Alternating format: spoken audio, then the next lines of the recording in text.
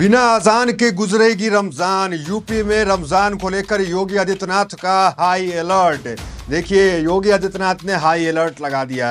ये खबर तमाम निकल के आ रही है, मीडिया भी इसको देखिए पूरी तरीके से दिखा रही है। अब की बार रमजान बिना शोर वाला, बिना लाउड स्पीकर होगी रमजान में अजान।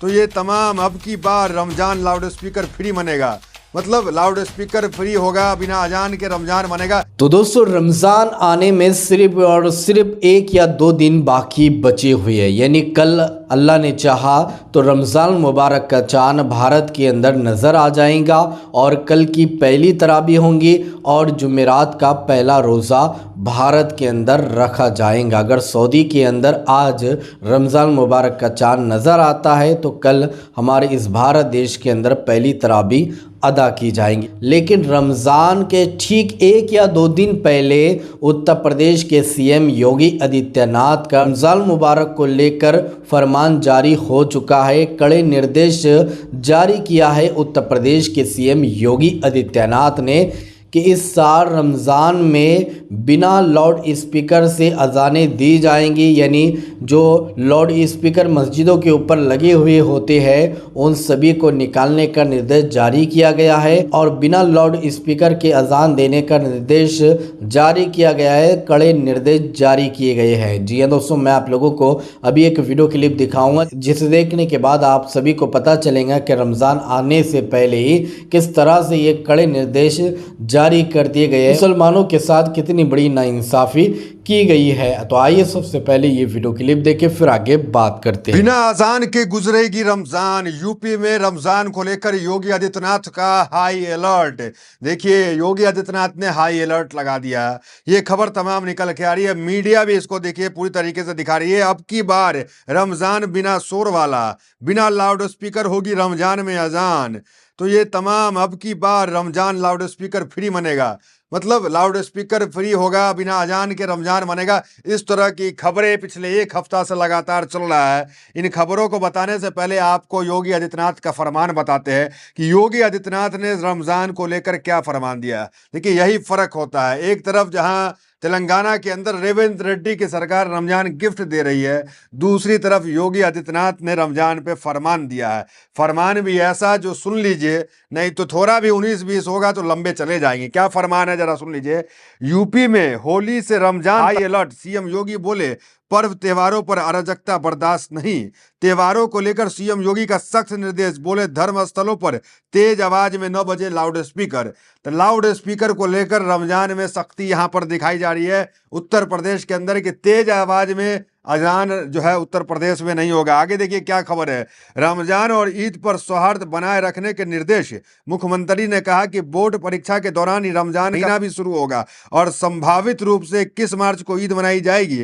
स्थानीय प्रशासन धर्मगुरुओं से सतत संवाद बनाए रखे और कोई नई परंपरा शुरू न होने पाए इसका ध्यान रखे।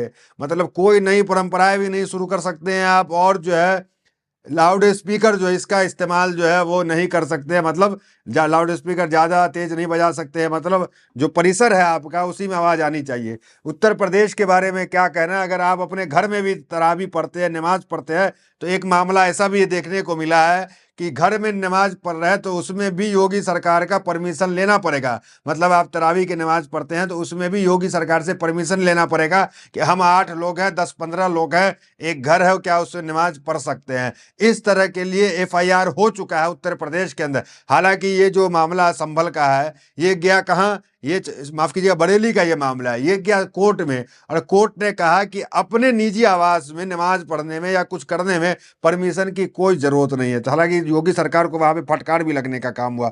देखिए क्या है, 125 धार्मिक स्थलों से लाउड स्पीकर हटवाए गए। एडीजी लॉ एंड ऑर्डर ने प्रशांत बताया कि अभी तक यूपी में 125 धार्मिक स्थलों से लाउड स्पीकर हटवाए गए हैं। वहीं 17,000 धार्मिक स्थलों पर स्पीकर की आवाज कम की गई है। इसके अलावा शासन ने तेज आवाज में लाउड स्पीकर बजाने वालों की रिपोर्ट तलब की है। ये रिपोर्ट 30 अप्रैल तक होगी। जो तेज आवाज में लाउड अजान देगा उस पर कार्रवाई करने का काम उत्तर प्रदेश सरकार करेगी। जो बरेली की घटना बता रहे थे उसका हेडलाइंस देखिए। खाली घर में बिना इजाजत पढ़ने लगे सामूहिक नमाज। वीडियो सामने आने के बाद 12 लोग गिरफ्तार। क्या अपने घर में नमाज पढ़ने के लिए भी लेनी होती है इजाजत? जाने इलाहाबाद हाईकोर्ट ने इस पर क्या कहा। तो इलाहाबाद हाईकोर्ट ने इस पर टिप्पणी भी की। आते हैं इस पे कि क्या आपको जो है, अगर आप तरावी पढ़ते हैं, घर पे नमाज पढ़ते हैं, तो क्या इस पे इजाजत लेना पड़ेगा।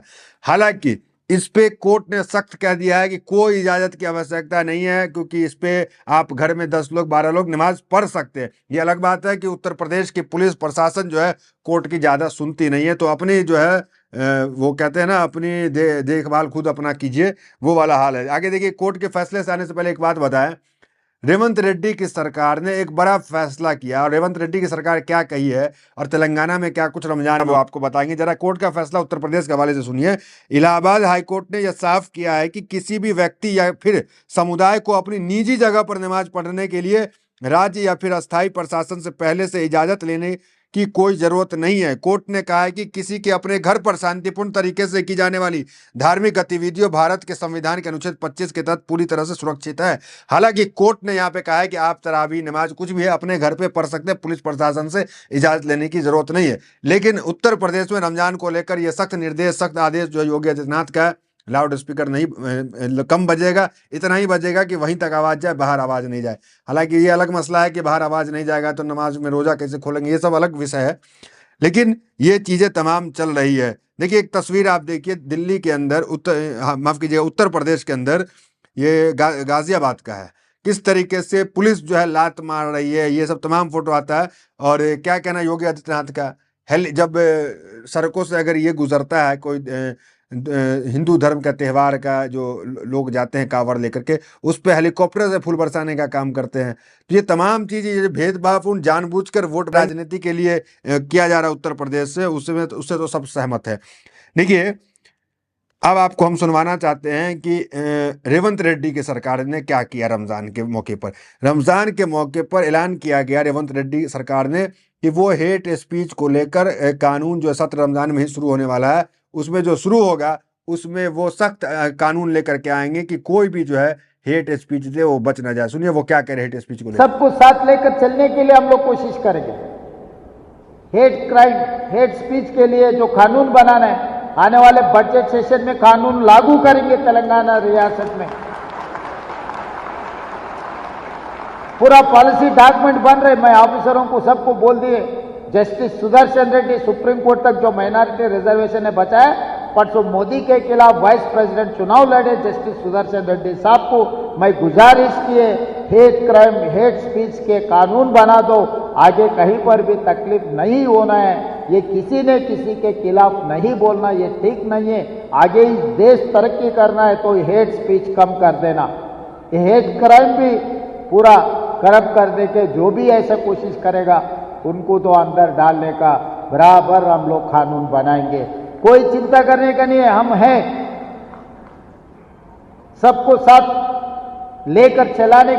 इतना ही नहीं, सीएम ने ये कहा, क्योंकि बीच देखिए वहाँ वो 8% मुसलमानों को वहाँ आरक्षण देते हैं। तो दोस्तों देखा आप लोगों ने, रमज़ान के 1 या 2 दिन पहले ही लाउड स्पीकर से अब अजान देना बंद कर दिया गया है। यानी रमज़ान में लाउड स्पीकर से ना अजान दी जाएंगी, ना सहरी या इफ्तार का ऐलान किया जाएगा, बल्कि यूपी के अंदर सारे मस्जिदों से लाउड स्पीकर से अजान देना मना कर दिया गया है कि कोई भी मुअज्जिन जो है लाउड स्पीकर से अजान नहीं दे सकता है और ना ही सहरी व इफ्तार का ऐलान कर सकता है। तो आप सोच सकते हैं कि रमज़ान का महीना आते से ही ये लोग किस कदर जो है मुसलमानों को परेशान करते हैं, तक कि रमज़ान मुबारक का महीना भी ये लोग हमें ठीक से नहीं मनाने देते हैं। तो दोस्तों इस पूरी वीडियो को देखने के बाद योगी के बारे में आप क्या कहना चाहोगे, तो अपनी राय हमें कमेंट में ज़रूर बताइए। तो चलिए दोस्तों इसी तरह की इन्फॉर्मेशन लेकर आपकी खिदमत में एक बार फिर से हाजिर होंगे। जब तक अपना ख्याल रखिए और अपने इस भाई को अपनी दुआ में याद रखिए। अल्लाह हाफिज़।